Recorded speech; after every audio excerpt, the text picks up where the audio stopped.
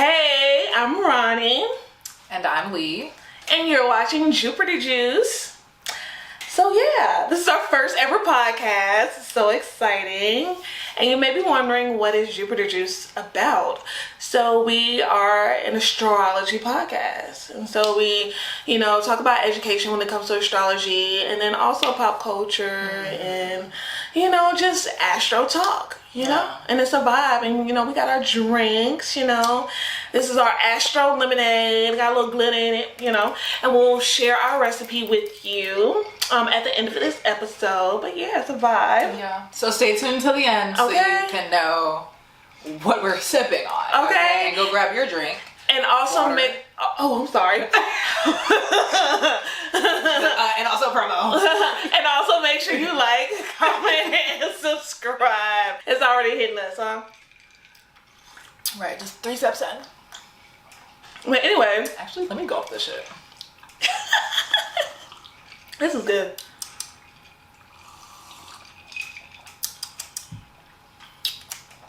Kind of sour. Lemonade. Yeah. It's tea. Where's the lemonade? But anyway. Alright, so the subject for today, Jupiter direct. So of course it's Jupiter Juice. We're ruled by Jupiter, both of us. What a coinky dink. And it's funny that we're releasing this podcast now. We were actually supposed to release this podcast a while ago. Many months ago. But, honestly, I wasn't even paying attention to the stars, but the stars just did not align. Like with Mars retrograde in Leo and in Cancer now. And then also, Jupiter's been in retrograde since October, I believe. And so ever 5 months? Yeah. Yeah, it's been 5 months. Yeah, 5 months. 4.5. Yeah. Yeah, 4.5 months. And for me, on a personal level, because Jupiter is in Gemini and I am a Gemini, I felt very stagnant, and I was trying to do the most during that time period. At the very beginning of Jupiter going retrograde, I released an album that I stopped promoting. You know what? Starting on the shadow period, because if you don't know, planets before they go retrograde, they have a shadow period. Yeah. So, and the longer the retrograde, I think the longer the shadow period. I'm not sure, but it's before and after. So it can lead at up to a month before and after. So it went through my 7th house. But during that time, I remember I was still with my ex, and I was like, "Oh, it's going through my 7th house." I was probably I don't know, maybe we'll expand our relationship. What? Clearly, we broke up. So what? No, because because retrograde is and that was reflection. In June. Yeah. So it definitely played a role in that. And then for me, Jupiter is transiting my 6th house, so work. So I quit my job during that time period. I was a lot going on, especially with my health. I had health issues. You remember I got into a fender bender. My knee went out. I was your knee. I remember your knee. My knee. There was a whole bunch of stuff when it comes to my health and my day-to-day routine. And my day-to-day routine was so complicated during that time period because I was trying to figure out how to quit my job. I was also trying to release an album. I was also trying to just exist. I was trying to do the most, and everybody during that time kept telling me, I need to slow down. I need to stop. Yeah, she's one of those people because I work too hard. But honestly, last week was an extreme purge for me, and a lot of crying. I don't know if I don't know. Especially with Mars being in Cancer. Out into tears these past few days. Yeah, it was just I don't know if it's the Mars and Cancer vibe, but because Mars hates to be in Cancer. That's why I was gonna start my period soon. Yeah. Because I'll be no, and yeah, it's just it was just a period of just I felt stuck. But I wouldn't say it was stuck because it just wasn't the time, And the minute Jupiter went direct, yesterday, I believe, I felt a weight lifted. I felt ready to go. I cleaned my house. I got, this just came together yesterday, late last night. And I was I'm ready to go. Period. I don't really feel now that's direct. I feel I I don't know. Do I feel something? No, I don't. But I mean, but I feel like it's been like, can I say looking back over the past few months, can I see how it affects my life? Yeah, sure. Because Jupiter is always going to expand, and sometimes when you're expanding, like if you just picture like a balloon in like a room just getting bigger and bigger, it's like pushing stuff out of the room as well. Or somebody, an astrologer, I think her name is Caroline, I forget her last name, but her first name is Caroline. She says that any retrograde period is just kind of like you're taking a bow and arrow and you're just pulling it back. So the farther back that you pull it, the more leverage you'll have once that planet goes direct. Right. Yeah. And then it's like lift off. That makes a lot of sense. I felt like I was planting a lot of seeds during that time. Yeah, definitely. I definitely can agree with that. And I feel like it's time to tend to those seeds and like watch them grow. So I'm very excited for this time period. Let us know where you have Jupiter in your chart. If you have Jupiter in Gemini, if you are a Gemini, and how do you believe like that affects you? We would love to know. Just type it in the comments so we can have a little chit chat. Yes. And if you don't know how to read your birth chart, astro.com is a great resource, and we'll like link some more resources for you guys. So be on the lookout for that. We are a resource hub for you. Yes, exactly. And you know, like speaking, like just bouncing off and pivoting from like Jupiter going direct and just like feeling a whole lot more like personally feeling like a whole lot more creative. I want to talk about like Pluto and Aquarius. I really want to talk about Pluto and Aquarius because like this is our like first time, of course, living through this time period, and it's funny that we're in a revolutionary time, you know, very revolutionary right now. And like I don't want people to feel like it's a dark time. It's an opportunity, especially for creatives. Like this is a time, if you're a creative, this is where you thrive. Okay, this is where, you know, things are changing. You know, things are becoming innovative. That's what Aquarius is about. It's the quirkiness of it all. It's the, you know, just interesting, unique aspect of it all when it comes to this time period. And then Uranus and Gemini as well.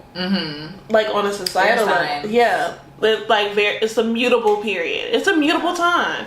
And with Uranus going into Gemini, you know, if you go out there on the internet, you see historically when Uranus goes into Gemini, a lot of wars happen. Or, you know, societal changes, but you know, it may not be like a violent war. It may be more of like a trade war or something like that. But especially now that we have like social media as kind of a buffer, I feel like air signs kind of rule over social media for like communication in that way. So I feel like we're already seeing how a lot of people are talking about misinformation being spread, or just kind of like headlines that are like blown out of proportion, and kind of taking that and running with it. So I feel like a lot of, just be on the lookout for any like overly thinking, like a lot of mental stimulation is going on. You probably need to unplug a little bit. Definitely. I mean, definitely set aside a time to unplug and really tend to yourself and like your creative ideas, birthing new things, becoming a new version of yourself. I feel like it is a renaissance. Like when I look at, and I say that because, especially like with the Grammys that just passed, I mean, I know a lot of people hate the Grammys, you know, but I feel like this year is a little bit different. One, because they seem more of like a humanitarian front because of the fires in LA, but also like they changed their whole voting committee and like they added more people. But it felt like a lot of people were saying like when they watched the Grammys, like it felt like art won. Like it felt more art forward, concept forward. Like we're not just voting for anybody, and not to say like the people that were nominated aren't talented or aren't forward thinking or aren't innovative or creative, but you know, Beyonce finally won Album of the Year. She won for Cowboy Carter. And people say, oh, she bought that. No one's buying Grammys. Like, shut up. But also, like, well, See, look, she gonna look. She believes that. Listen, I believe that the music industry as a whole is very, very closely tied to capitalism, the government. Any type of media that we see is controlled. Yeah. So would I be surprised if somebody slides, especially with that old council or whatever of white people? Yeah. Would I be surprised if somebody, let's go be on my yacht and chill, and I'm gonna zhuzh up these Grammy people so that they can lend me something? Yeah, that's how business works. Yeah, I believe that, but also what I'm saying, like to the point of within this new age, I feel like the new one, like you said, with the new council, I didn't know that, so that seems like a way different because it's 13,000 people. You're gonna take 13,000 people on your yacht? Yeah, no, I'm talking about the old systems. But definitely that would make sense. Yeah, so like, and that's like, that brings it to my point of like, Pluto and Aquarius, like things are changing, systems are changing, outdated systems are going away. Because the thing is like, things in America has come to a head. Things in the music industry or industry period is coming to a head. It's more instead of focused on like the corporate figurehead machine. Capricorn. Yeah. It's more focused on the common man or the smaller creator. So you're gonna see more independent films come to light. You're gonna see even more, independent artists come to light, and artists owning their masters, artists, being independent and funding their own projects and their own like just forging their own paths. It's not going to be as orchestrated, because going back to the thing where you mentioned like misinformation is also exposing like all types of information, because Aquarius is still Saturn ruled, so it's like it's gonna lay down that law. It's gonna lay down that Saturn boundaries regardless. The last time that Pluto was in Aquarius was in 1770 something. Yeah. That was the French Revolution. So the French Revolution was going on, the Industrial Revolution was going on. Haitian Revolution. Yeah, there was a lot of like worldwide revolutions. Also, I just Googled it. That's when the planet that rules Aquarius, Uranus, was actually discovered. Was during that time. Wow. Okay, so that's tea. Exactly. So that's pretty interesting. I think that this time, I think it's just well needed. It's going to be really refreshing. Yeah. When Pluto's in Aquarius. I think it's really like hopeful. Yeah, it is. In general, and especially like I'm always like thinking, what's next after that? Because I'm annoying like that. But when it goes into Pisces, I feel like that's going to be even more of like just a time of collective healing. Like after we like uproot everything. Hopefully. Yeah. Hopefully. Yeah. So I'm looking forward to it, because I feel like, I don't know, I kind of feel like I finally have a shot, and I'm just ready to see like what this new age brings, especially since Pluto is in my third house. Well, Pluto in Aquarius is affecting my third house and communication and things like that. So and I feel like that also will catapult me into, because my biggest thing is like building a community, and that's like with it in there, and communication, being more confident with communication, and also like building community. How do you think that it would affect you? Like, how do you see Pluto and Aquarius? Like, I think I kind of already feel the vibes of what I was telling you about earlier, about how I feel like I started my entrepreneur journey like 5 years ago, and I kind of feel outcasted in a way, and like that's being exacerbated for me right now. So I feel like that's setting me up, because I'm about to hit my Saturn return as well. Oh, so Aquarius, Saturn, I don't know, in my mind that they go together somehow. Yeah. In my chart. So yeah. Plus my Pluto is also in my third house, and then my Saturn is in my fifth house, but they're like exchanging, they're like communicating with each other based on the signs. So yeah, I don't know how to say. No, I would say good luck. Ooh, I would say good luck. You can only prepare so much for your Saturn return. You never know. I feel like it's definitely like Aquarian energy in general just teaches people how to embrace themselves and to be themselves. And any Aquarius you meet is completely themselves, and they don't give a fuck about it. Yeah. Respectfully. Oh, my best friend's an Aquarius. Yeah. And she's like, like, shout out to her. I was raised, well, partially raised. My auntie was an Aquarius, and They don't play. They're gonna speak their minds. They're gonna be in their truth. And you know, I did like a card reading earlier. Like, this is the first tarot card reading I've done in like a couple of weeks. Like, and I usually am obsessed with them. But I pulled a card that was based on free will and being wild. And like, that's something that's been coming up a lot for me, is like just being myself. And that's something like, Same. That's the thing that I've been fearing, is being myself. But it's just like, that's what you're here to do, is just be yourself. And just embrace your wild side. That's what I encourage y'all to do. Embrace your wild side. You know, that like, this is not a time to be afraid. This is our time. This is it's not about the corporations anymore. They're dismantling. They're being pew-pewed in the middle of the street. Right. That ain't Pluto Aquarius. Hell yeah, But no, real. I think that you can't build from, I mean, once you tear everything down, you got to start somewhere. So being different, showing up differently, showing up for yourself differently, for your community differently, and taking those steps towards change, even if it's shocking, can, you know, even if it doesn't work, shit. And it's like, okay, we can just pivot again. So I think like releasing perfectionism and just releasing, embracing authenticity, I would say. You can never, no, when you said embrace, like, perfectionism is not perfect. I feel like imperfect is perfectionism. I feel like it's human. Perfectionism does not exist. Yeah. It does not. There's no point in stressing out over being perfect. Yeah. Just love what you do the best that you can, and that's it. I'm gonna do the best I can with what I got. Okay. Period. I was Miss Carrie, like I was her, like hope I heard. Ah, man. Well.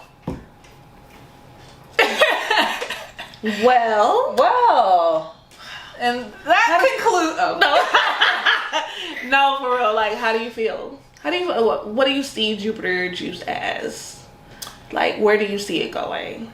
I definitely see Jupiter juice as a outlet for self-expression, being weird and wild. Yes. And learning new shit. Yes, learning new shit. Yeah. I've been buying books like crazy. Yeah. Oh, really? Speaking of books. Wow. What do we have here? What can you tell us about this book here? So, at the end of each episode, I'm going to try, this is something that I want us to do, is to talk about a book that you guys can pick up to actually just become better at reading your birth chart. I mean, you don't have to be an astrologer for everybody else, but I think it's a great thing to know who you are and to really use astrology as a tool to, you know, help you out, help you navigate life. I mean, it's a map. It's a map for your life, your own personal map. And this book is actually in the top 50 astrology books, and I love it. It literally breaks down everything piece by piece. It starts out with talking about the signs, mutable versus fixed versus cardinal. It talks about degrees, like a section for degrees. It talks about a section for the houses. It talks about how each sign performs in that particular house. It talks about each sign. It talks about each sign in regards to the planet that, you know, like Jupiter and Gemini or Uranus and Aquarius. You know what I'm saying? Like, it's a great book. And it got pictures.